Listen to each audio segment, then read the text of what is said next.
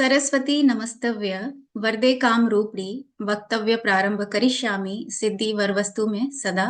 नमस्कार, मैं डॉक्टर रत्ना सिंह, भारत अध्ययन केंद्र वाराणसी एवं हेरिटेज सोसाइटी पटना के संयुक्त तत्वाधान में आयोजित महिला दिवस के अवसर पर आज के इस व्याख्यान माला में भारत अध्ययन केंद्र वाराणसी के professor Sadashiv Kumar Dwivedi sir, doctor Gyanendra Narayan sir, heritage society Patna के प्रोफेसर अनंत आशुतोष द्विवेदी सर और आज के इस कार्यक्रम की मुख्य वक्ता प्रोफेसर शोभा मिश्रा मैम का हार्दिक स्वागत, वंदन एवं अभिनंदन करती हूँ।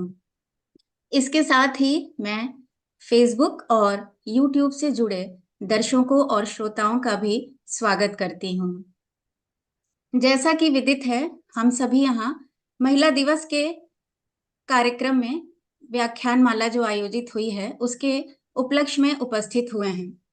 महिला दिवस प्रत्येक क्षेत्रों में महिलाओं के प्रति सम्मान, प्रशंसा एवं प्रेम को प्रकट करते हुए महिलाओं की आर्थिक, सामाजिक, राजनैतिक उपलब्धियों एवं कहानियों के सापेक्षता के उपलक्ष्य में उत्सव के तौर पर मनाया जाता है। आज के इस कार्यक्रम की वक्ता प्रोफेसर शोभा मिश्रा मैम, संस्कृत विभाग, विक्रमजीत सिंह सनातन धर्म महाविद्यालय कानपुर से हैं, जो आज का उनका मुख्य विषय है प्रकृतित्व के संदर्भ में भारत में नारी शक्ति का उच्च आदर्श। हम सभी के समक्ष मैडम अपना वक्तव्य प्रस्तुत करेंगी। मैम, आपसे विनम्र आग्रह है कि आप अपना वक्तव्य प्रारंभ करें।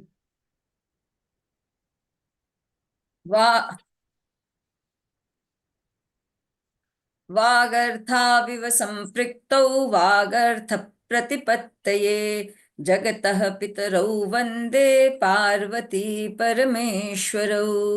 धन्यवाद रत्ना जी, आपने अंतर्राष्ट्रीय महिला दिवस के अवसर पर हमें नारी शक्ति के विषय में बोलने के लिए प्रेरित किया और यह मंच प्रदान किया। आज के हमारे विषय में प्रतिपाद्य के दो अंश हैं। पहला है नारी तत्व और दूसरा है प्रकृति तत्व। हम संस्कृत के अध्येता हैं, इसलिए संस्कृत वाङ्मय में नारी पर भी पर्याप्त विचार किया गया है और उसको प्रकृति से जोड़कर प्रकृति तत्व के रूप में भी बहुत व्यापक विवेचन उसका किया गया है। तो यहाँ दोनों ही बिंदुओं से हमें विचार करना है। नारी शक्ति के रूप में यदि हम विचार करते हैं तो मनुस्मृति में स्पष्ट कहा गया है, यत्र नार्यस्तु पूज्यन्ते रमन्ते तत्र देवता यत्रैतास्तु न पूज्यन्ते सर्वास्तत्रा फला क्रियाः। जहां नारी की पूजा की जाती है वहां पर देवता भी निवास करते हैं, देवता भी अपनी शक्तियों का संचार करते हैं। और जहां नारी का सम्मान नहीं होता वहां आप अनेक बड़े बड़े अनुष्ठान कर लीजिए, लेकिन आपके सभी प्रयोजन निष्फल जाएंगे, क्योंकि जिस मातृशक्ति की आपने के आधार पर यह सृष्टि स्थित है उसका ही निरादर किया तो आपके कोई भी उद्देश्य पूर्ण नहीं हो सकते। यह प्रयोग करके भी देखा जा सकता है। यहाँ जहाँ नार्यस्तु पूज्यन्ते में पूज्यन्ते के दो प्रकार के अर्थ लेते हैं। पहला हमारा प्रकृति तत्व से जुड़ा हुआ अर्थ है, जिसमें सृष्टि के सभी तत्वों को हमने प्रकृति नाम से बोला और प्रकृति के अंतर्गत इनका समावेश करते हुए उनका दिव्य आदर्श स्वरूप प्रस्तुत किया है। और दूसरा है वर्तमान संदर्भ में नारी, जहां पूजा की जाने का मतलब है कि उसको स्वयं में भी ऐसा आदर्श स्वरूप अपना प्रस्तुत करना चाहिए कि नारी के प्रति समाज में सम्मान का भाव हो और समाज को भी नारी के महत्व और गरिमा की प्रतिष्ठा को बनाए रखने के लिए प्रयत्न करना चाहिए। वहां जो दूसरा पक्ष है, जहां हम प्रकृति तत्व का विवेचन करेंगे, जहां पूजनीय है और मातृशक्ति के रूप में स्थापित है, वह तो सर्वमान्य है ही, लेकिन जहां सामाजिक दृष्टि से केवल हम यथार्थ के धरातल पर प्रत्यक्ष के रूप में नारी को देख रहे हैं, वहां भी नारी को स्वयं में ऐसा आदर्श स्वरूप स्थापित करना है कि समाज उसको सम्मान की दृष्टि से देखे और समाज को भी ऐसे अवसर देना है जहां नारी अपना उत्कर्ष कर सके। इन दोनों ही बिंदुओं पर विचार करना है। तो पहले मैं माता के रूप में, प्रकृति देवी के रूप में विचार करती हूँ। उसके बाद हम अपने सामान्य विवेचन पर आते हैं। तो प्रकृति तत्व का प्रधान विवेचन ब्रह्म वैवर्त पुराण के प्रकृति खंड में हुआ, या पूर्ण संपूर्ण ब्रह्म वैवर्त पुराण में ही प्रकृति तत्व का अत्यंत व्यापक विवेचन हुआ है। यहाँ प्रधान 5 प्रधान प्रकृतियां, फिर उनके अंश, उनकी कलाएं, कलाओं के भी अंश कलांश, और कलांशों के भी कलांशांश के रूप में प्रकृति तत्व का विवेचन है। और आपको आश्चर्य होगा कि हम अभी मूल प्रकृतियों पर आते हैं, लेकिन जब हम मूल प्रकृति, फिर अंश, फिर कला, फिर कलांश, फिर कलांशांश पर जब जाते हैं, वह विवेचन इतना गंभीर है जिसमें जलीय संरचना के रूप में गंगा माता को लिया गया है, वृक्ष आदि के रूप के प्रतिनिधित्व के करती हुई तुलसी माता है, प्रकट हुई देवियों के रूप में मनसा देवी को लिया गया है, युद्ध से संबंधित देवी के रूप में देवसेना को लिया गया है, और मंगल कामना के लिए मंगल चंडी है, दुष्टों के संहार के लिए काली है, संपन्नता से संबंध के लिए, संपन्नता की कामना के लिए वसुंधरा देवी को की कल्पना की गई है। और ये सब देवियां हमारे प्रत्यक्ष का विषय बनती हैं, हमारा बहुत बड़ा संबल बनती हैं। तो इनको वो प्रकृति तत्व के कलांशांश के रूप में निरूपित किया गया है। मान समझ लीजिए कि संपूर्ण सृष्टि का अंश मात्र भी प्रकृति से अछूता नहीं रह गया। अब यह प्रकृति तत्व है क्या? तो प्रकृति तत्व में का यदि हम निष्पादन करते हैं, निष्पत्ति होती है प्र उपसर्ग पूर्वक डुक्रिय करने धातु से तिन प्रत्यय लगाकर। जब हम क और न का की इत संज्ञा और लोप कर देते हैं, तब हमारा बनता है शब्द तिन, कृति। और प्र से जुड़कर क्री में तिन लगाया तो कृति बना, और प्र से जुड़कर प्र उपसर्ग पूर्वक कृति जब बोलते हैं तब प्रकृति शब्द बनता है। इसके अर्थ अनेक हो सकते हैं, लेकिन दो प्रधान रूप से दो अर्थ लेते हैं। संपूर्ण सृष्टि त्रिगुणात्मिका है, सत्व, रजस और तमस। तो सत्व गुण प्र शब्द प्र उपसर्ग से बताया जा रहा है, रजोगुण क्री धातु तत्व से लिया जा रहा है, और तमोगुण ती प्रत्यय अंश से लेते हैं। तो इस प्रकार सत्व, रजस और तमस तीनों गुणों से समन्वित जो सृष्टि का स्वरूप है वही प्रकृति तत्व है। अब आप जो हम इस सांसारिक प्रकृति के का बहुत विवेचन करते हैं, जिसका बहुत सुंदर चित्र आपने अपने पीछे लगा रखा है, उसमें भी ये तीनों गुण आपको हमेशा प्राप्त होते दिखाई देते हैं। जी। सत्वगुण की की जब का प्रकर्ष होता है तो शांति स्थापित होती है, तमोगुण का प्रकर्ष होता है तो प्राकृतिक झंझावात आते हैं, उपद्रव होते हैं, उत्पात होते हैं, और रजोगुण की अवस्था में हम सामान्य जीवन यापन कर रहे होते हैं, जिन अवस्थाओं में हम हैं। तो प्रकृति तत्व स्वभावतः त्रिगुणात्मिका है। वही 3 गुण इन प्रकृति और ति से हमने बताने चाहे हैं। दूसरा अर्थ लेते हैं तो प्रशब्द होता है श्रेष्ठ के अर्थ में, और कृति शब्द का प्रयोग होता है सृष्टि के अर्थ में। तो प्र अर्थात प्रथम, प्रथम शब्द का भी अर्थ होता है प्रमुख, प्रधान। तो श्रेष्ठ या प्रधान और कृति सृष्टि जो है वही प्रकृति है। हम तो मानते हैं कि हम यदि वर्तमान में माना कि घोर कलयुग है, तब भी यदि हम यहाँ जीवन यापन कर रहे हैं तो यह हमारी श्रेष्ठ प्रकृति है, और हमें इसके गौरव को, इसके महत्व को समझकर अपने जीवन को, इसकी सुरक्षा, इसकी संपन्नता और दीर्घकालिकता के लिए यापन हमारा जीवन करना चाहिए। तो दोनों ही अर्थों में त्रिगुणात्मिका प्रकृति और श्रेष्ठ प्रकृति, प्रथम प्रकृति के सृष्टि के रूप में हम प्रकृति तत्व पर विचार करते हैं। तो यहाँ कहा गया है प्रकृष्टवाचक प्रश्च कृतिश्च सृष्टिवाचक गुणे प्रकृष्ट सत्वे च शब्दो वर्तते श्रुतौ मध्यमे प्रश्च रजसि ते शब्दस्तमसि स्मृतः। सृष्टि करने में प्रकृष्ट गुण संपन्न देवी ही प्रकृति है, और ये त्रिगुणात्मिका है, सर्वशक्ति संपन्न है। इस प्रकृति को अनेक शक्तियों से संपन्न बताया गया है, अत्यंत व्यापक विवेचन है। वहां सृष्टि का कोई भी महत्वपूर्ण गुण इन प्रकृति में से अछूता नहीं रहता, और यदि उपद्रव है तो संहार में भी ये पीछे नहीं हटती। तो सृष्टि काल में अब कैसे प्रकृति की उत्पत्ति कैसे हुई? सृष्टि विधान काल में परब्रह्म योग द्वारा दो रूपों में प्रकट हुए। दाएं अंग से पुरुष की उत्पत्ति हुई और वामांग से प्रकृति की उत्पत्ति हुई। इस प्रकार रचना की दृष्टि से भी प्रकृति कहीं से भी पुरुष से भिन्न नहीं है। वैसे भी हम पुरुष के प्रतिपक्ष में प्रकृति को या स्त्री को खड़ा करके विचार करना ही नहीं चाहते। इस द्वंद्व में पड़ने की अपेक्षा हमको अपने अस्तित्व, अपने महत्व को स्थापित करना, अपने आदर्शों को स्थापित करना ही हमारे लिए श्रेयस्कर होगा। तो इस किसी भी इस प्रतिपाद्य में कहीं भी आपको पुरुष के के प्रतिपक्ष में नारी या प्रकृति नहीं दिखलाई देगी।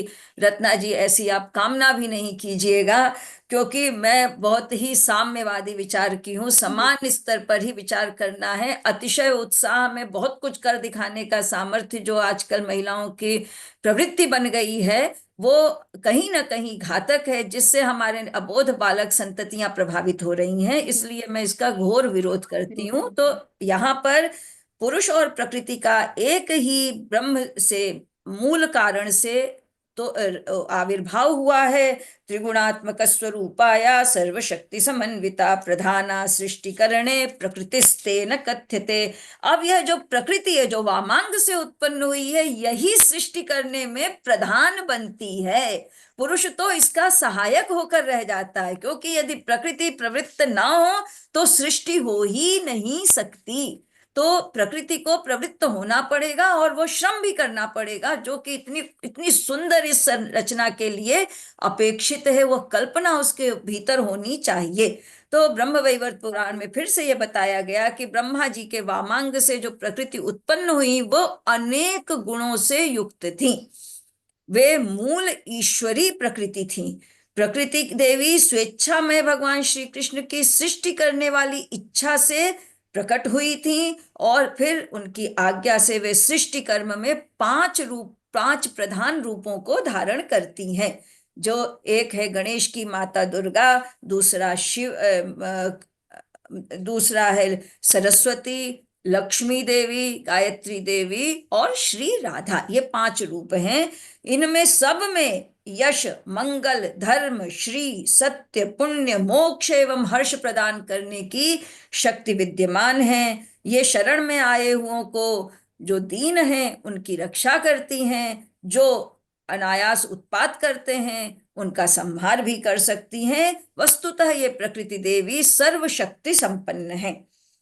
इनका ईश्वर शंकर भगवान भी इनकी ही शक्ति से शक्ति संपन्न माने जाते हैं। और ये सिद्धेश्वरी हैं, सिद्धि रूपा हैं, सिद्धि देने वाली हैं।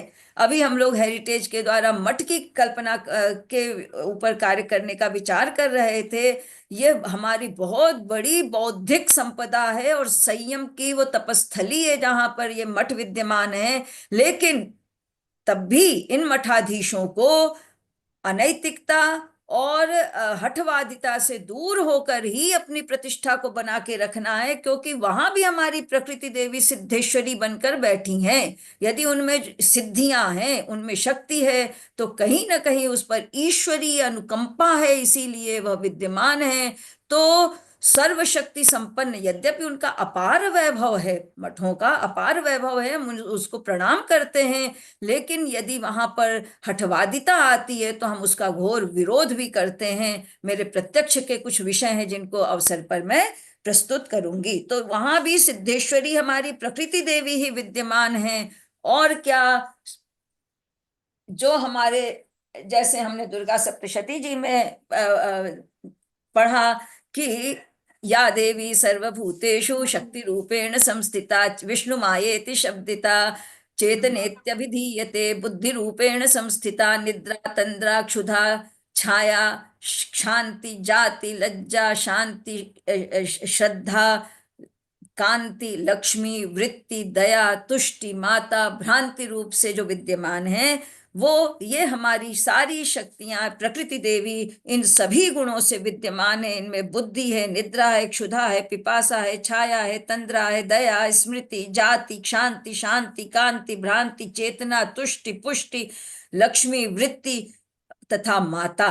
सर्वश्रेष्ठ स्वरूप जो है प्रकृति का, वह माता के रूप में है, क्योंकि माता ही संतति को जन्म देकर इस सृष्टि कर्म को, सृष्टि क्रम को बनाए रखती है। तो जो माता का स्वरूप है वह प्रकृति का सर्वाधिक हृदय और ग्राह्य स्वरूप है, जो हम सब में आत्मीयता को, अपनापन को माने अनुभव करने का सामर्थ्य प्रदान करता है। ये प्रकृतियां शुद्ध सत्व स्वरूप हैं, ये संपत्ति की अधिष्ठात्री हैं, परम सुंदरी, अनुपम, संयम रूपा, अत्यंत शांत, सुशीला, सर्व मंगलकारिणी, लोभ, मोह, रोष, काम, मद, अहंकार आदि दुर्गुणों को दूर करने वाली, और स्वयं भी इन दुर्गुणों से दूर हैं।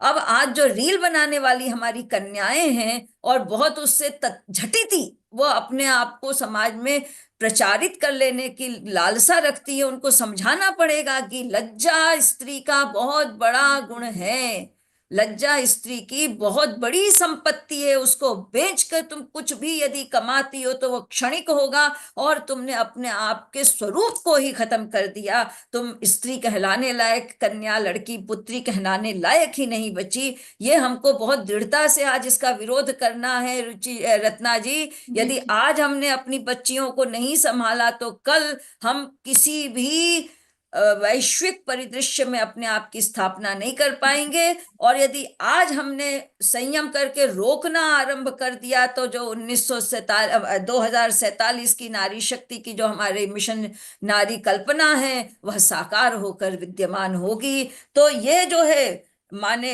रोष न करो, काम, क्रोध, मद, और सबसे बड़ी बात है कि निर्लज्ज होना, इसको हमको रोकना पड़ेगा। ये प्रकृतियां भक्तों पर अनुग्रह करती हैं अपने स्वामी से। इनके 5 हैं तो पांचों के अपने अपने आराध्य, अपने अपने स्वामी है, वो अपने स्वामी से अथाह प्रेम भी करती हैं, और उनके संग सभी प्रकार के मंगलकारिणी क्रियाओं में उनके जो सर्वशक्ति संपन्न स्वरूप को की पूर्णता को प्रदान करने के लिए ये पूरे हृदय से साथ रहती हैं। अपितु साथ ही नहीं रहती, अपितु उनकी शक्ति बनकर, संबल बनकर खड़ी होती हैं। तो कल्पना कीजिए कि भारतीय वाङ्मय में प्रकृति के रूप में स्त्री को, नारी को कितना उच्च स्थान प्रदान किया गया है। यदि मैं इन एक एक देवियों के स्वतंत्र स्वरूप का व्यापक विवेचन करूं तो अब बहुत समय लगेगा इनकी एक एक की शक्ति का निरूपण करने में। लेकिन मैं संक्षेप में केवल इनमें से, चूंकि 5 अंश बताए गए तो पांचों का अलग अलग गुण भी होगा, उसको जरा संक्षेप में बता देना चाहती हूँ। गणेश, जननी, दुर्गा, राधा, लक्ष्मी, सरस्वती, सावित्री वै सृष्टि विधौ प्रकृति ही पंचधा स्मृता। सृष्टि के क्रम में, सृष्टि के समय 5 प्रकार की प्रकृतियां उत्पन्न होती हैं।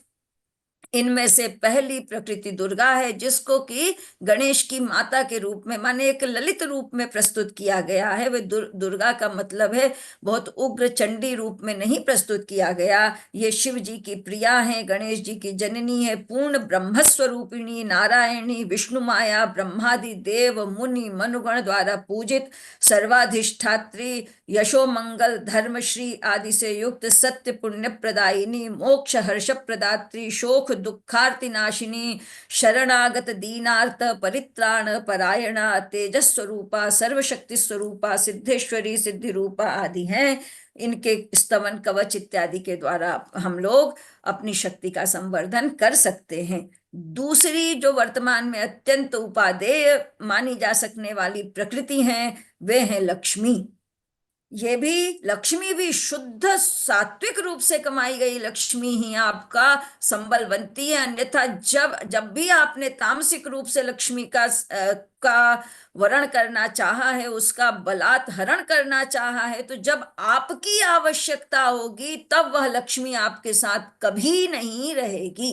क्योंकि ये शुद्ध सात्विक रूप से अर्जित जो धन है वही हमारा दीर्घ काल तक साथ देता है। यह माने अनुभव से भी सिद्ध है और सिद्धांततः भी सिद्ध है। ये सर्व संपत् स्वरूपा समाधिष्ठात्री देवता, कांता दांता शांता सुशीला सर्वमंगला, लोभ मोह काम रोष मदाहंकार आदि दुर्गुणों से रहित भक्तानुग्रहकारिणी पतिव्रता आद्या शक्ति श्रीहरि की प्राणतुल्या एवं प्रेम पात्र प्रियम वदा सर्व सत्यात्मिका सर्व जीवनोपाय रूपिणी, स्वर्ग में स्वर्ग लक्ष्मी, राजाओं में राजलक्ष्मी, गृह में गृह लक्ष्मी, प्राणियों में और जड़ पदार्थों की शोभा, परम मनोहर राजाओं की प्रभा, वणिजों में व्यापार रूपा, पापियों में कलहकारिणी, भक्त संपद रक्षिका, भगवत जीवन रूपिणी इत्यादि रूपों में वर्णित है। अब आप बताइए कि संस्कृत वाङ्मय यदि गृह की लक्ष्मी के रूप में स्त्री को स्थापित कर रहा है तो और इससे बड़ी और प्रतिष्ठा वो क्या दे सकता है। जहां पर लक्ष्मी सबकी स्पृहणीय है और वह हमारी गृह लक्ष्मी बन गई नारी, तो बहुत उच्च स्थान है हमारे संस्कृत वाङ्मय में। नारी का तीसरी देवी बनती है जो कि वस्तुतः सर्वाधिक हितकरी होती हैं, वे हैं सरस्वती। सरस्वती जी की साधना नितांत क्लिष्ट है क्योंकि वे संयम की अपेक्षा रखती हैं और पौनः पुण्य न अभ्यास की अपेक्षा रखती है सरस्वती माता। लेकिन एक बार सिद्ध होने के बाद सरस्वती जी की साधना कभी विफल नहीं होती। जब आप को आवश्यकता होगी तो सरस्वती जी आपकी वाणी में, आपकी बुद्धि में, आपकी लेखनी में विद्यमान होकर आपकी अप्रत्यक्ष रूप से सहायता करेंगी। ऐसे चमत्कार अनेकों बार देखे जा सकते हैं। ये सरस्वती माँ जो प्रकृति है हमारी, ये तीसरी प्रधान प्रकृति है। ये वस्तुतः वाग बुद्धि ज्ञानाधि देवता, सर्व विद्या स्वरूपा, सुबुद्धि, कविता, मेधा, प्रतिभा, स्मृतिदा, नाना प्रकार सिद्धांत भेदार्थ कल्पना प्रदा, व्याख्या बोध स्वरूपा, सर्व संदेह भंजिनी, भंजिनी का मतलब मिटाने वाली, विचारकारिणी, ग्रंथकारिणी, सर्व संगीत संधान ताल कारण रूपिणी, शक्ति रूपिणी, विश्व में जीवों के लिए विषय ज्ञान तथा वाणी रूपा, शुद्ध सत्व रूपा, सुशीला, श्री हरि की प्रिया, तपस्वरूपा। यही तपस्या, एक बार सरस्वती जी की तपस्या कर लीजिए, साधना कर लीजिए, वो जीवन भर आपके साथ रहेंगी। सिद्धि विद्या स्वरूपा, तपस्विनी, सर्व सिद्धि प्रदा, शुभ्रवर्णा, शांता रूपा, वीणा पुस्तक धारिणी और विश्व समूह को प्राण प्रदान करने वाली हैं। यदि बुद्धि का नाश हो गया, विश्व से यदि बुद्धि तत्व हट गया, तो जो विनाश की लीला होगी उसकी हम कल्पना नहीं कर सकते। इसलिए यह मान के चलना चाहिए कि सरस्वती या बुद्धि को अपनी हमेशा साध कर रखिए। और जो हमारे यहाँ अभिव्यक्ति की स्वतंत्रता है या लेखन की स्वतंत्रता है, उसमें भी संयम अत्यधिक आवश्यक है। आप ऐसा अनर्गल नहीं लिख सकते जिससे कि समाज हमारा व्यथित हो जाए, समाज आंदोलित हो जाए। ऐसा लिखना, ऐसी प्रस्तुति करना उचित नहीं है। ये मीडिया आजकल जो केवल और केवल माने शास्त्रार्थ दिखा रहा है, वो शास्त्रार्थ भी परंपरागत नहीं, केवल किसी एक बिंदु पर कुछ भी बोल देना, इस पर रोक लगानी चाहिए। यह आगे चल के बहुत ही अहितकर होगा क्योंकि समाज में केवल और केवल या तो निराशा व्याप्त हो रही है या आक्रोश व्याप्त हो रहा है। जो निराश है वो उदासीन हो रहे हैं, जो आकृष्ट है वो कहीं ना कहीं बदला लेने की प्रवृत्ति रख रहे हैं। अरे हमारे भारत का बहुत सौम्य भी स्वरूप है, विश्व में एक शांति प्रिय राष्ट्र के रूप में इसका स्वरूप है, तो वो उसकी मर्यादा, उसकी प्रतिष्ठा को मीडिया को भी बना के रखना चाहिए। हम सरस्वती माता से प्रार्थना करेंगे कि ये जो, चूंकि वो ही विश्व समूह में प्राण प्रदान करके बुद्धि को नियंत्रित रखती हैं, तो उनको ऐसा विश्व मानव को यह बुद्धि दे कि कोई भी अनुचित बात व्यर्थ में प्रकाश में ना लाई जाए। चौथी देवी सावित्री देवी है, ये आंतरिक संयम से संबंधित हैं। यही देवी चारों वेदों, वेदांगों, छंद शास्त्र, संध्या वंदन आदि मंत्रों तंत्रों की जननी, द्विजाति जप रूपा, तपस्विनी, ब्राह्मण्य तेजो रूपा, सर्व संस्कार कारिणी, पवित्र रूपा, ब्रह्मदेव प्रिया, शुद्ध सत्व स्वरूपिणी, परमानंद रूपा, परम सनातनी, पर ब्रह्म रूपा, निर्वाण प्रदायिनी, ब्रह्म तेजोमयी, शक्ति शक्त्याधिष्ठात्री, तीर्थ गण शुद्धि कामना स्पृष्टा तथा दृष्टा है। ये देवी अत्यंत महत्वपूर्ण, ये व्यक्ति की सावित्री अर्थात गायत्री की साधना, तो गायत्री की साधना ही हमारी एकमात्र साधना थी। वो तो अब 1500 हम लोगों ने शक्तियों को, देवियों को बनाकर और अपनी आंतरिक ऊर्जा को समाप्त कर दिया, जिसके कारण हम कहीं भी कभी भी असफल नहीं होते थे और कभी भी हम अनुचित नहीं होते थे। हम असफल वस्तुतः इसलिए नहीं होते थे क्योंकि हम उचित थे, और अनुचित हम इसलिए नहीं कर पाते थे क्योंकि हमारी आंतरिक साधना हमें वो दृढ़ता प्रदान करती थी, जिससे कि हम अनुचित की ओर प्रवृत्ति ही अनुचित की प्रवृत्ति ही हम में नहीं रह जाती थी। तो ये सावित्री हमारी चौथी देवी है। और पांचवी हमारी जो सर्वाधिक हृदय प्रिय हमारी श्री राधा आ जाती हैं। श्री राधा ये पांचवी प्रधान देवी हैं, जो 16 नामों से बतलाई जाती हैं, और ये रास प्रिया सबसे रसिक देवी है, जो कि हर स्त्री के भीतर जो रसिक पक्ष है उसका संचार करने वाली हमारी श्री राधा है। इनमें ये पंच प्राण स्वरूपिणी, प्रेम प्राणाधिदेवी, श्री कृष्ण की प्राण प्रिया, सर्वाद्या सबसे पहली और परम सुंदरी, सर्व सौभाग्य युक्ता, मानिनी, गौरवान्विता, श्री कृष्ण की वामांग स्वरूपा, सार रूपा, सर्वमाता, परमात्मा, सनातनी, परमानंद रूपा, धन्य मान्य, सर्व पूजिता, परमात्मा श्री कृष्ण की रास क्रीडाधिदेवी, रासेश्वरी, रासावास निवासिनी, गोलोकवासिनी, निराकारा, निर्लिप्ता, आत्मस्वरूपिणी, श्रीयुक्ता, भक्त विग्रहा, सभी संपत्तियों में श्रेष्ठ, श्री कृष्ण भक्त रास्यिकदायिनी, वृषभानुसुता, वराहावतार में जिनके चरण कमल से पावन स्पर्श से पवित्र वसुधा वाली, ब्रह्मादि के द्वारा भी अदृष्टा तथा भारत में सर्वदृष्टा ये श्री राधा देवी हैं। इन्हीं देवियों से, इनके अंश, इनके कलांशांश से पूरी सृष्टि का निर्माण हुआ है। तभी यह सृष्टि इतनी सुंदर, इतनी, इस समय जो पीले फूल वाली लता खिल रही है उसमें पत्र तो दिखते ही नहीं, केवल पुष्प ही पुष्प दिखता है। इतना सुंदर रूप और एक लता से इतना भव्य श्रृंगार प्रकृति का कर देने का सामर्थ्य किसी मनुष्य में, हम आप में नहीं हो सकता। यह कोई दिव्य शक्ति ही है, और वही रत्ना जी वस्तुतः प्रकृति है। राधा जी के संदर्भ में बहुत से विवाद, बहुत से अनेक तरह की बातें आती हैं। उनका विवाह हुआ था कि नहीं हुआ था, और उनको इतने रसिक पक्ष से क्यों जोड़ा गया। वस्तुतः प्रत्येक प्राणी श्रृंगार से युक्त है। यदि हमारा जन्म है, ये सृष्टि में आए हैं, तो यहाँ पर हम भारतीय कभी भी मुंह लटका के उदास रहने वाले हैं ही नहीं। हम उत्सव प्रिय लोग हैं। तो यदि रासोत्सव मनाया ही जा रहा है तो इसमें माने बाधा क्या है। और श्री राधा यदि भगवान की संपूर्ण शक्ति का एक प्रत्यक्ष विग्रह है, तो उस विग्रह को स्वीकार कर लेने में भी कोई हमारी हानि नहीं है। श्री राधा जी का स्वरूप वस्तुतः अनिर्वचनीय है। यह जब तद्रूप होकर हम सोचेंगे, उस भाव में उतर कर कल्पना करेंगे, तभी हम इसको समझ सकते हैं। क्योंकि भगवान ने स्वयं कहा है, त्वं मे प्राणाधिकाराधे प्रेयसी च वरानने, यथा त्वं च तथा हम च भेदो ही नावयोर्ध्रुवम। जो तुम हो वही मैं हूं। श्री कृष्ण और श्री राधा में कोई भेद ही नहीं है।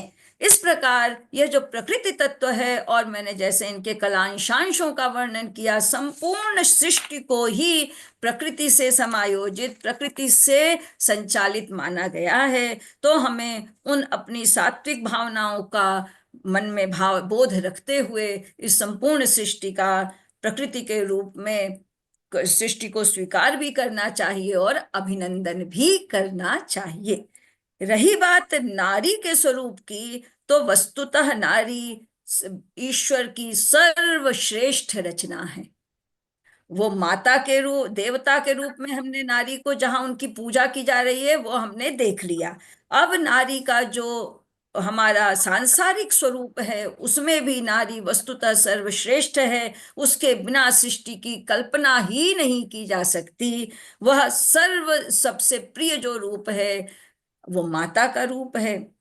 माता के साथ ही फिर पत्नी, और एक पुत्री ही पत्नी बनती है, तो पुत्री के रूप में तो पुत्री, पत्नी और माता के रूप में नारी को संस्कृत वाङ्मय में बहुत ही भव्य रूप में उपस्थापित किया गया है। और इन्हीं के संग जुड़ जाते हैं माता मही, पिता मही, माने दादी, नानी, मामी, चाची, ये सब रूप, बुआ, ये सब रूप जुड़ते हैं नारी के। और हमारे परिवार में इनकी एक बहुत प्यारी सी कल्पना प्रस्तुत की जाती है। विवाद प्रस्तुत करने वालों को अनेक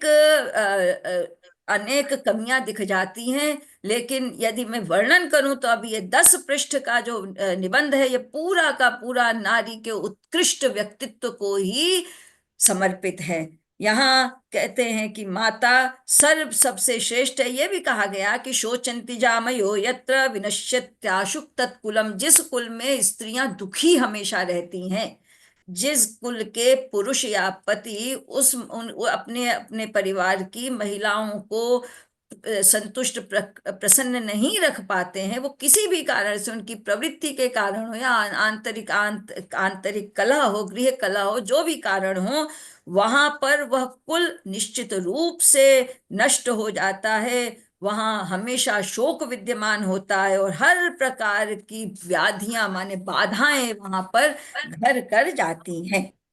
इसलिए अब ये जो नारी है, ये 4 अलग अलग नामों से कही जाती है।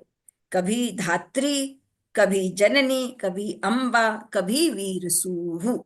तो कहा गया है कि कुक्षि संधारणात् धात्री, जननात् जननी स्मृता। कुक्षि संधारणात् धात्री, जननात् जननी स्मृता, अंगानां वर्धनादंबा, वीरसूत्वेन वीरसूः। कितना गौरव का ये हम लोगों को स्थान दिया गया है कि माँ ही संतति को गर्भ में धारण करती है, इसलिए वो धात्री हो गई। और धारण करके करने के बाद फिर उसको उचित समय पर जन्म भी प्रदान करती है। अरे, ये सेरोगेसी की बात आजकल इतने धड़ल्ले से चल रही है, वो सबसे बड़ा दुर्भाग्य है कि हम अपनी ही कुक्षी में अपनी संतति को नहीं धारण कर पा रहे हैं।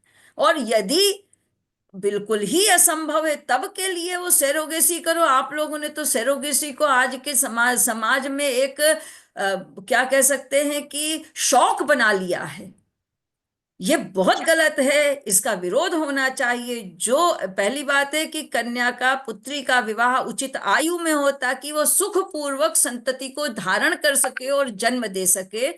इस पर भी विचार करना है। और यह भी विचार करना है कि सेरोगेसी को हम शौक के रूप में जो धड़ल्ले से प्रस्तुति की जा रही है, उसका हम विरोध करें, अन्यथा योग्य संस्कार नहीं मिल पाएंगे समाज को। इसलिए मैं इसका घोर विरोध करती हूँ। जो स्वतः धारण करके संतति को जन्म दे सकती हैं, उन माताओं से निवेदन है कि वो इस बात को उत्सव समझें। संतति को गर्भ में धारण करना कोई एक्सीडेंट नहीं है, आकस्मिक घटना नहीं है, यह उत्सव पूर्वक होना चाहिए। जैसी हमारी शास्त्रीय विधि में सदैव वर्णित है, परंपरा में वर्णित है कि किस तरह से भावनात्मक परिवेश बनाया जाता है पूरा, और तब गर्भधारण होता है। और उस उत्सव पूर्वक, उन सद्भावनाओं के साथ जिस हम बीज को ला रहे हैं, वह परिवर्धित होकर संसार का, हमारे हमारे राष्ट्र का, हमारे विश्व का कर्णधार बनेगा। और प्रत्येक संतति जो जन्म लेती है, उस पर हम पूरे विश्व का अधिकार होना चाहिए, क्योंकि वह विश्व के सापेक्ष बड़ा होकर कार्य करने वाला होगा। तो वो कर्णधार है, उस पर ऐसा नहीं है कि जिस माता ने जन्म दिया वो बाकी सबको दरकिनार करके मैंने जन्म दिया, मैं पालूंगी। ये भाव बहुत गलत है, क्योंकि इससे उसका वैश्विक मस्तिष्क नहीं बन पा रहा है संतति का। तो संतति को गर्भ में धारण करना ये बहुत बड़े सौभाग्य की बात है, यह उत्सव की बात है। इसको आयोजन पुरस्सर विचार करके संतति को लाना चाहिए। इन पर हमें मुखर होना पड़ेगा। यह आपने सौभाग्य से मंच दे दिया तो मैंने अपने हृदय की बात रख दी। जी। दूसरा, जिसको धारण किया है उसको विधिवत पूर्ण काल में जन्म दिया जाए, तब वह माता, वह स्त्री जननी कहलाती है। और जन्म देकर जो आया के साथ या नैनी के पास छोड़कर और माताएं काम पर निकल जाती हैं, यह तो घोर अत्याचार है। बहुत अच्छा किया है हमारी सरकार ने कि पर्याप्त मैटरनिटी लीव का, प्रसूति का अवकाश दिया गया है, ताकि नन्हे बच्चे को छोड़कर माता न जाए। वो तो अबोध बालक है, बोल ही नहीं सकता। उसकी भावना कितनी आहत होती है जब माता उसकी आंख के सामने से देखते हुए टुकुर टुकुर बच्चे को छोड़ के चली जाती है।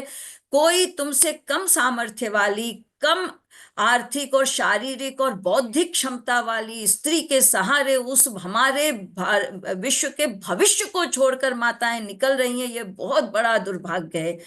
तो ये कहा गया है अंगा नाम वर्धनाद अम्बा, बच्चे को जन्म देकर फिर उसको विधिवत उसकी परवरिश भी करे ताकि उसके अंग परिपुष्ट हों। और जब तक वह स्वस्थ पूर्ण व्यक्तित्व के रूप में एक स्वस्थ बच्चा तैयार खड़ा ना हो जाए, अपने आप चलने दौड़ने लायक ना हो जाए, तब तक तो उसके अंगों का विकास हो रहा है ना। तो अंगों के विकास करने के कारण वह स्त्री अम्बा कहलाती है। और देखिए, अंगों का विकास शारीरिक तो हो ही जाता है, जो बौद्धिक विकास है वो सबसे बड़ा माता और पिता का कर्तव्य होता है। जो 5 वर्ष की आयु तक संतति का बौद्धिक जो संस्कार डाल दिए, बौद्धिक विकास कर दिया, वो जीवन भर उसके साथ बना रहता है। कभी भी बच्चा नन्हेपन की बातों का, संस्कारों का उल्लंघन नहीं करता, क्योंकि वो उसकी प्रवृत्ति बन जाता है। वहां वो तर्क नहीं करता, नन्हा बच्चा तर्क नहीं करता, ऐसा क्यों करें ऐसा नहीं करें, वो तर्क नहीं करता, वो उसको मान लेता है। तो जो संस्कार माता ने, पिता ने, परिवार ने घर में उसके डाले, वो उसके संग जीवन भर की अमूल्य निधि के रूप में बन जाएंगे। तो हम वो अवसर क्यों चूकें। अंगानाम वर्धनादम्बा। और फिर हमको चाहिए, और चाहिए वीर पुत्र, वीर संतति। वो पुत्र हो या पुत्री हो, उससे हमें कोई मतलब नहीं। जिसको हमने जन्म दिया है उसमें वीरता के गुण होने चाहिए, कायरता के नहीं। और सबसे बड़ी वीरता, रत्ना जी, है सत्य पर अडिग रहना। जी। मनसा वाचा और कर्मणा, यदि करना। हमने जो हमारे भीतर है वही हमारे शब्दों में है, वही हमारे कर्मों में है, यदि यह एक सत्य पर दृढ़ता हमारे भीतर आ गई तो हम संसार के सबसे वीर व्यक्ति हैं, क्योंकि हम निडर होकर संसार में जीवन यापन कर सकते हैं। एक झूठ को छिपाने के लिए हमको 100 झूठ बोलना पड़ता है, अपनी आत्मा का हनन करना पड़ता है, वह वीरता। तो जो हमारा सत्य, शौच, संतोष, तप, स्वाध्याय और ईश्वर प्रणिधान, ये नियम, और अहिंसा, सत्य, स्तेय, ब्रह्मचर्य, अपरिग्रह, ये यम यम और नियम जो हमने जन्म के तत्काल बाद बच्चे में डाल दिए, जो उसकी वीरता के परिचायक होते हैं, वो हमारी सबसे बड़ी उपलब्धि और सबसे बड़ा कर्तव्य है। तो वीर सूत्वेन वीर सूहु, वीर, जो वीरता पूर्वक माने उस बच्चे में जो वीरता का भाव लाया है, वो माता वीर सू कही जाती है और उसका बड़ा गौरव होता है। इस प्रकार से एक ही स्त्री धात्री, जननी, अम्बा और वीरसु के नाम से कही जाती है। उसके अपने अपने प्रयोजन हैं। और उस भूमिका पर आप एक बार अपने आप को खड़ा होकर करके देखिए तो कि आपको कितना बड़ा गौरव मिला है ईश्वर की तरफ से, कि आप एक कन्या संतति के रूप में जन्म लेकर समाज में खड़ी हुई हैं। जो महत्व नहीं करते कन्या का, अब वैसी स्थितियां कम हो रही हैं, जो महत्व नहीं करते उनको ये समझना चाहिए कि कन्या या पुत्री के जन्म के बाद ही वो उनके जीवन की पूर्णता होती है। और आज पुत्र के विवाह के लिए कष्ट अधिक हैं। योग्य कन्या या तो एकाकी ही जीवन निर्वाह निर्वाह करने में समर्थ है, या उसको अपने अनुरूप वर मिल जाएगा, लेकिन पुत्र का विवाह इस समय बहुत कठिन है, केवल और केवल इसी कारण से क्योंकि हम कन्या के गौरव को नहीं समझ पाए, और बाद में हमको पुत्र के लिए भी एक स्त्री को ही तो लाना पड़ता है, पुत्र वधू बनाकर स्त्री के रूप में ही तो हम लाएंगे। तो इस प्रकार हमारे समाज में ये जो है कुक्षि संधारणात, ये महाभारत का उद्धरण है।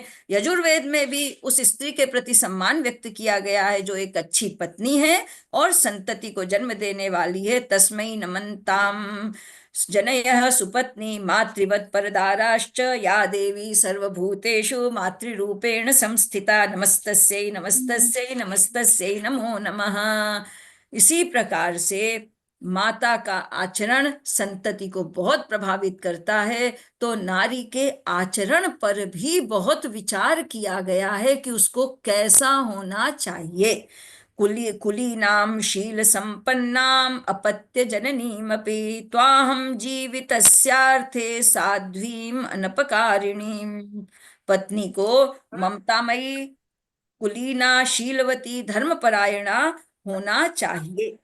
अब आई बात स्त्री की शिक्षा के संदर्भ में। क्यों ये इतने संस्कार और इतनी बातें यदि हम माता से अपेक्षा कर रहे हैं, तो वह कब संभव है? जब हमने उसको उचित शिक्षा दी हो। तो स्त्री की शिक्षा हमारे देश में हमेशा से बहुत बड़ा हमारा गौरव का विषय रहा है। यह पता नहीं क्यों विपरीत बुद्धि वाले लोगों ने प्राचीन काल में स्त्री की शिक्षा की विद्यमानता का खंडन करते हुए थोड़ा समाज को दूषित करना चाहा है। ऐसी बात नहीं है। स्त्री शिक्षा और विवाह के बाद भी स्त्री की शिक्षा अनवरत चलती रहती थी। इन सब के बहुत बड़े बड़े हमारे सामने उद्धरण आते हैं। पुरा कल्पेतु नारीणाम मौंजी बंधन मिष्यते, स्त्री ही ब्रह्मा बभूवित। ब्रह्मा के पद पर प्रतिष्ठित होना यज्ञ में बहुत बड़ी बात होती थी, और स्त्रियां ब्रह्मा पद पर प्रतिष्ठित होती थी। समानम मंत्रम अभिमंत्र ये वह, हम दोनों समान मंत्र बोलें, बड़ी बात है। यथे माम वाचम कल्याणीम अवदानि जनेभ्यः ब्रह्मराजन्याभ्याम शूद्राय चार्याय च स्वाय चारणाय। यजुर्वेद का मंत्र है। इसमें कल्याणी कल्याणी वाणी के लिए बहुत बड़ी कल्पना की गई है। काम सूत्र में वात्स्यायन ऋषि कहते हैं, देखिए हमारे पास तो अनेक उदाहरण भी हैं। ब्राह्मणों में से वाद विवाद के अवसर पर गार्गी ने अपने पति याज्ञवल्क्य को विजय दिलाई। बृहदारण्यकोपनिषद। याज्ञवल्क्य की दोनों पत्नियों गार्गी और मैत्रेयी उच्च कोटि, दोनों पत्नियां उच्च कोटि की विदुषी थी और पति के साथ एवं आगंतुकों के साथ शास्त्रार्थ किया करती थी। ऐसा नहीं था कि वो घर के भीतर ही बैठी रहती थी, आगंतुक अतिथियों के संग भी उन्होंने शास्त्रार्थ किया है। रोमशा और सूर्या नामक स्त्रियों ने ऋषियों के समान ही वैदिक मंत्रों का दर्शन किया है।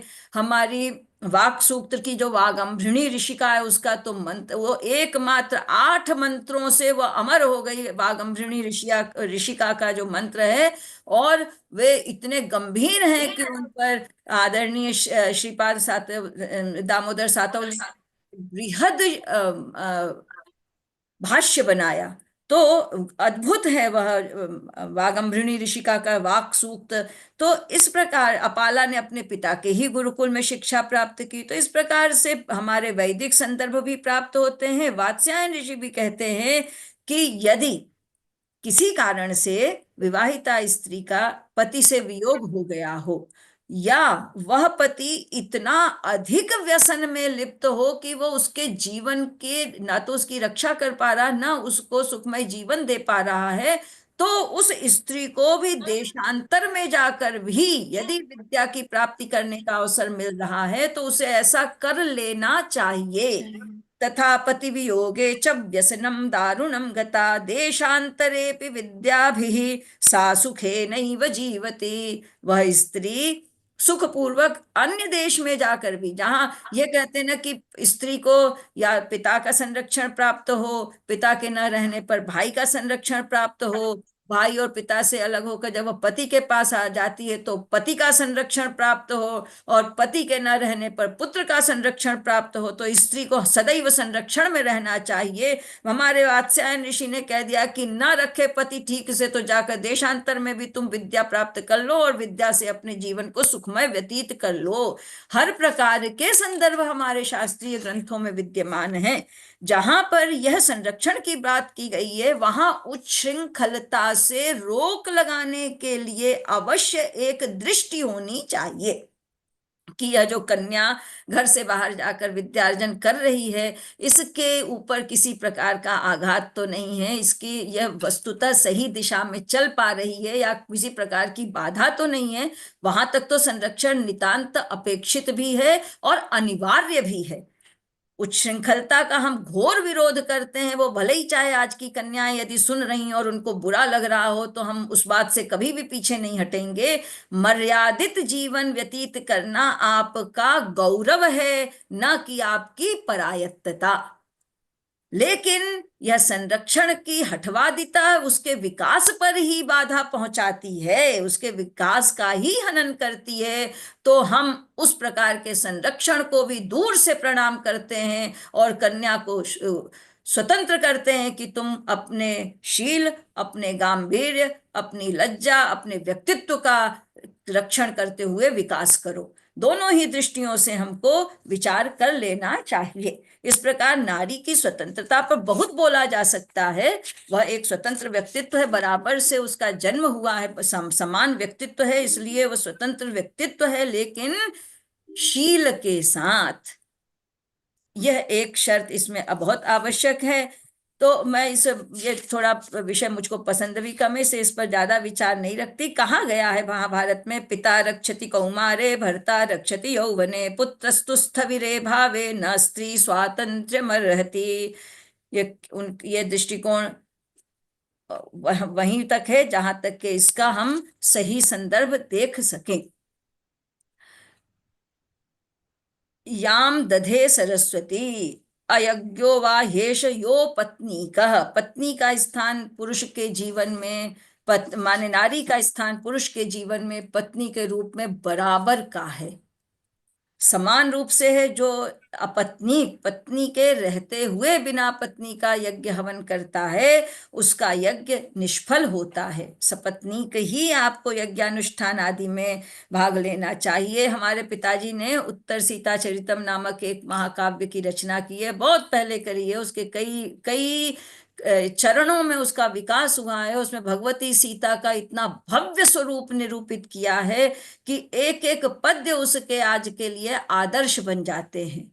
वे स्वतः अपने पति को समाज की दृष्टि में उत्कृष्ट बने रहने के लिए वनगमन का प्रस्ताव रखती हैं। तब माताएं तीनों मिलकर कहती हैं कि यदि यह वनगमन करना ही चाहती है तो इनको वाल्मीकि ऋषि के आश्रम के पास पहुंचा दिया जाए, जहां वो उनका वाल्मीकि जी का संरक्षण प्राप्त हो जाएगा।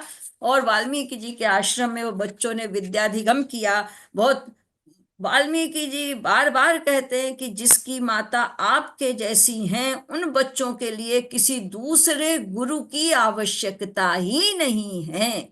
तो स्त्री के गौरव को बताने के लिए प्राचीन से लेकर आधुनिक तक के सभी विद्वानों ने बहुत प्रयत्न किया है और उनका एक उच्च आदर्श स्वरूप हमारे समाज में स्थापित किया है। मेरे पास और समय है क्या? जी मैम, अभी 12 मिनट है। अभी 12 मिनट हैं। तो हम कुछ संदर्भों को आपके सामने प्रस्तुत करना चाहते हैं। भारत का पुरुष, यद्यपि यह था पहले कि भारत का पुरुष ही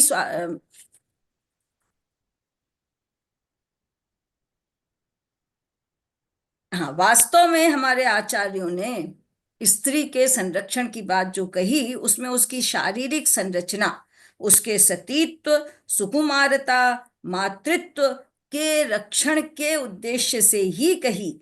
इस आदेश का यह अर्थ कदापि नहीं है कि स्त्रियों को पिता पति पुत्र वस्त्रावास भोजन न दें, ऐसा नहीं है। वे स्वतंत्र स्वतंत्रता का दुरुपयोग, पारिवारिक निष्ठा में कमी और गर्भकाल में गर्भस्थ शिशु की हानि की दृष्टि से इस प्रकार के संरक्षण की बात कही गई है। इसके साथ ही रक्षा करने का अर्थ स्त्री को कहीं बंद करके रखना नहीं, अपितु उसके शील, स्वास्थ्य, जीवन की देखरेख करते हुए पालन पोषण करने की बात कही गई है, जिससे वह अच्छी पुत्री, विनम्र कुलवधू, समर्पित पत्नी एवं ममत्व युक्त माता बन सके और अपने परिवार, समाज तथा राष्ट्र का गौरव बढ़ा सके। रामायण आदि काव्यों में दूसरे की स्त्री की भी रक्षा करने का उपदेश दिया गया है। ये तो हमारा प्रत्यक्ष प्रमाण ही है। भगवती सीता को वाल्मीकि जी ने अपने आश्रम में लाकर रखा। यथात्मनस तथान्येषाम दारा रक्षा विपश्चिता, क्योंकि वो भी तो सद्य प्रसूता ही थी भगवती, तो उनकी उस समय रक्षा करना बहुत बड़ा कर्तव्य है। ये समाज का भी कर्तव्य होता है। तो इस प्रकार से अब जो स्त्रियां हैं वे धार्मिक कार्यों में भी पर्याप्त अधिकार रखती थीं। वैदिक वाङ्मय में भी इसके पर्याप्त प्रमाण मिलते हैं। समहोत्रम स्म पुरानारी समाम वा वगच्छते अयज्ञ और नियोजय यथा धर्मम प्रियाम त्वम धर्मचारिणीम हिरण्मय्या प्रतिकृते पुण्याम प्रकृति मध्वरे। उत्तर रामचरितम में कहा गया है, सीता जी संध्या वंदन करती थी। संध्या काल मना श्यामा ध्रुव में शयति जानकी नदीम चेमाम शुभ जलाम संध्यार्थे वरवर्णिनी। वाल्मीकि रामायण में आया है। पुरंधिर योषा, स्त्रियां राज्य में की शासन तथा परिवार की पालक होने के कारण पुरंध्री कही गई हैं। यजुर्वेद में ते येषाम ते कुल पाराजन, अथर्ववेद में कल्हण ने राज्य शासिका स्त्री के रूप में रानी सूर्यमती का वर्णन किया है। राजतरंगिणी में ब्रह्मवादिनी बनना, यज्ञादि करना, शासन करना आदि तत्कालीन स्त्री शिक्षा के ही परिणाम दिखाई देते हैं। शिक्षित और सुशिक्षित, शीलवती और रूपवती पुत्री ही वस्तुतः कुलवधू के रूप में धारण की गई है और की जाती है।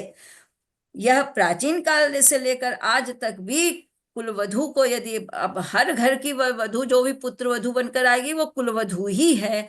आज भी हम उसको कुलवधू ही मान रहे हैं। तो कुलवधू की कामना ऐसी ही करते हैं जैसे श्वशुराय शंभु स्योना श्वश्वे सम्राज्ञी श्वशुरे भव, सम्राज्ञी श्वश्रुवाम भव, ननांदरी सम्राज्ञी भव, सम्राज्ञी अधिदेवऋषु। ऋग्वेद का मंत्र है कि आप ससुर के हृदय पर शासन करें, सासु के, अपनी सासू माँ के हृदय पर शासन करें, अपनी ननंद की प्रिय मित्र बनकर रहें, और तो देवर आपका की पूजा करें, आपकी आराधना करें। सम्राज्ञेधि श्वशुरेषु सम्राज्ञुत देवऋषु, ननांदु सम्राज्ञेथ सम्राज्ञुत श्वश्रुवाः। कुलवधु को पतिगृह में सम्राज्ञी का पद मिले, यह तो वह अपने माता पिता का स्मरण करके दुखी नहीं होगी, पतिगृह में सबकी सेवा निष्ठा करेगी, अथवा पूज्य जनों का यह आशीर्वाद उसके लिए आदेश भी है कि वह अपने गुण एवं कर्मों से सबका मन जीते। दोनों ही तरफ से है कि ससुराल पक्ष के लोग पुत्र वधू को अच्छा परिवेश दे, अच्छा व्यवहार करें उसके संग, ताकि वो हृदय से उनको अपना पाए, और कुलवधू भी ऐसा आचरण करे जिससे कि पूरा परिवार प्रसन्न रहे। इन दोनों ही दृष्टियों से यहाँ सम्राज्ञी पद का उपयोग हुआ है। पतिगृह में सम्राज्ञी पद पाने के लिए उसमें जो गुण होने चाहिए वे गुण हैं, साफ साफ इसमें लिखा हुआ मनुस्मृति में, हंसमुख रहना, गृह कार्य में दक्ष होना, घर को स्वच्छ रखना, अपव्यय से बचना, पति का प्रिय कार्य करना, सास ससुर की सेवा करना, उनके अवसर पड़ने पर उनके कष्ट को दूर करने के लिए जो कुछ कर सके करे, उत्तम आचरण करना, संयम से रहना और शील पूर्वक रहें। स्वच्छंदता या सब कुछ पहन लो का यह उद्देश्य नहीं है कि आप बिल्कुल भी लज्जा को छोड़ दीजिए। अवगुंठन का आगमन माने घूंघट का आगमन उसी समय हुआ है जबकि पहली बात है कि पूर्व समय में तो आक्रमणकारियों से रक्षा के लिए अवगुंठन की आवश्यकता थी, और दूसरा है कि यदि बिल्कुल ही शील को छोड़ देते हैं तो फिर वहां भी समाज की दृष्टि से भी संकट की स्थिति बन सकती है। इसलिए थोड़ा तो शील बनाकर रखना ही चाहिए। वृद्ध, वैद्य, सन्यासी आदि के अतिरिक्त अन्य पुरुषों से संबंध में भी अपने आचरण का उसको सीमा निर्धारित कर लेनी चाहिए, और पति के संबंधियों के संग कभी भी वैर भाव न रखे। ये माना कि वे आपके रक्त के संबंधी नहीं है, लेकिन एक बहुत बड़ा संबंध जोड़कर कुलवधु परिवार में आई है, तो जिनके संग पति का इतने वर्षों तक प्रेम पूर्वक व्यवहार है, उस व्यवहार को बनाए रखना भी पुत्र वधू का बहुत बड़ा कर्तव्य होता है। अन्यथा छिन्न भिन्न हो जाते हैं, पूरे बने बनाए कुटुंब नष्ट हो जाते हैं। यह बहुत बड़ी इस समय की क्या कह सकते हैं, विपरीत स्थिति है। सदा प्रहृष्टया भव्यम गृह कार्येषु दक्षया सुसंस्कृतोपस्करया व्यये चा मुक्त हस्तया पाणिग्राहस्य साध्वी स्त्री जीवतो वामृतस्य वा पतिलोकम अभीप्सन्ति नाचरेत् किंचिदप्रियम। ऐसे बहुत सारे इसमें निर्देश दिए गए हैं शास्त्रों में स्त्री के प्रति। हमारे तुलसीदास जी बाबा भी तो रामचरितमानस में कहते हैं कि राम द्वारा सीता जी को यही उपदेश दिया गया था, आय सुमोर सासु सेवकाई सब विधि भामिनी भवन भलाई एहि ते अधिक धर्म नहीं दूजा सादर सास ससुर पद पूजा। यद्यपि सीता राम जी के साथ वन गई थी, तथापि लौटकर उन्होंने राम जी से के इस उपदेश को अपने व्यवहार में निभाया भी। और यह हमारे पिताजी भी लिखते हैं, और वहां कवि कालिदास भी लिखते हैं कि सीता मैया अपनी तीनों सासू माँ की बहुत प्रिय थी। भगवान राम से ज्यादा लाड़ प्यार दुलार उन सीता माता को माताएं देती थी। ये तो शास्त्र बारंबार कहते हैं, ये उनका बहुत बड़ा गौरव का पक्ष है। और यह सचमुच यह आज की बहुत बड़ी आवश्यकता है। एकल परिवार हो गए हैं, एकमात्र पुरुष को देखकर लड़कियां वर को देखकर विवाह के लिए प्रवृत्त होती हैं। पारिवारिक पूरी व्यवस्था, पारिवारिक समर्पण और आवश्यकताओं का कथमपि ध्यान न रखा जाना बहुत बड़ा अन्याय है, अमानवीयता है। तो निश्चित ही वैवाहिक संबंध में दोनों ही पक्षों से, दोनों ही वर वधू दोनों के परिवारों का पूर्ण गौरव बनाकर रखना ही भविष्य के लिए एक प्रबल नींव स्थापित करेगा, अच्छे स्वस्थ परिवारों की स्थापना करेगा। अन्यथा यदि हमारे परिवार छिन्न भिन्न होंगे तो हम जितनी अभी कल्पना कर रहे थे योग्य संतति की और भविष्य की, वह सब कुछ रखी रह जाएगी। इसलिए कुलवधू के लिए भी यहाँ बहुत कुछ कहा गया है। और अंत में हम एक ही वाक्य अपनी मित्र का कहकर अपनी वाणी को विराम देते हैं। नारीत्वं मानवी देवता माता मानव निर्माणी। हे नारी, तुम मानव के रूप में देवी हो, देवता हो, और तुम मानव को का निर्माण करने वाली हो, अपार शक्ति से संपन्न हो। यह समय ऐसा है जिसमें हम बहुत बड़ी दुविधा की स्थिति में हैं। हमें दो दो महत्वपूर्ण भूमिकाओं को निभाना पड़ रहा है। बराबर से हमें अपने बौद्धिक और शारीरिक सामर्थ्य को भी विकसित करना पड़ रहा है, और आर्थिक पक्ष से भी हमें अपने परिवारों का संबल बनना पड़ रहा है। यद्यपि अर्थ सब कुछ नहीं होता, लेकिन इस प्रकार की होड़ मच गई है कि अर्थ के आगे सारी की सारी जो जीवन का सारा जीवन का ललित पक्ष नष्ट हो चुका है। मैं दृढ़ता के साथ ये कह सकती हूँ कि हम मनुष्य सरस प्राणी हैं। इसके जीवन में सहृदयता, सरसता, उत्सव, उल्लास, उमंग बना रहना चाहिए। केवल और केवल धन, केवल और केवल अर्थ हमारा पुरुषार्थ नहीं है। धर्म, अर्थ, काम और मोक्ष, ये चारों पुरुषार्थ हमारे लिए पर्याप्त रूप से महत्वपूर्ण है। धर्म का आचरण सीख कर धर्माचरण पूर्वक हम अर्थ को कमाएं, और धर्माचरण पूर्वक ही अपने अर्जित अर्थ से हम कामनाओं की पूर्ति करें और फिर मोक्ष की ओर प्रवृत्त हों। इस प्रकार से एक नारी उचित आदर्श स्वरूप का निर्वाह करते हुए समग्र परिवार की, समाज की, राष्ट्र की और विश्व की आधारशिला बनती है। मैं महिला दिवस पर समस्त मातृशक्ति को शत शत नमन करती हूँ और अपेक्षा करती हूँ कि हमको अपने गौरवपूर्ण व्यक्तित्व को बनाकर ही समाज में प्रतिष्ठित रहना है।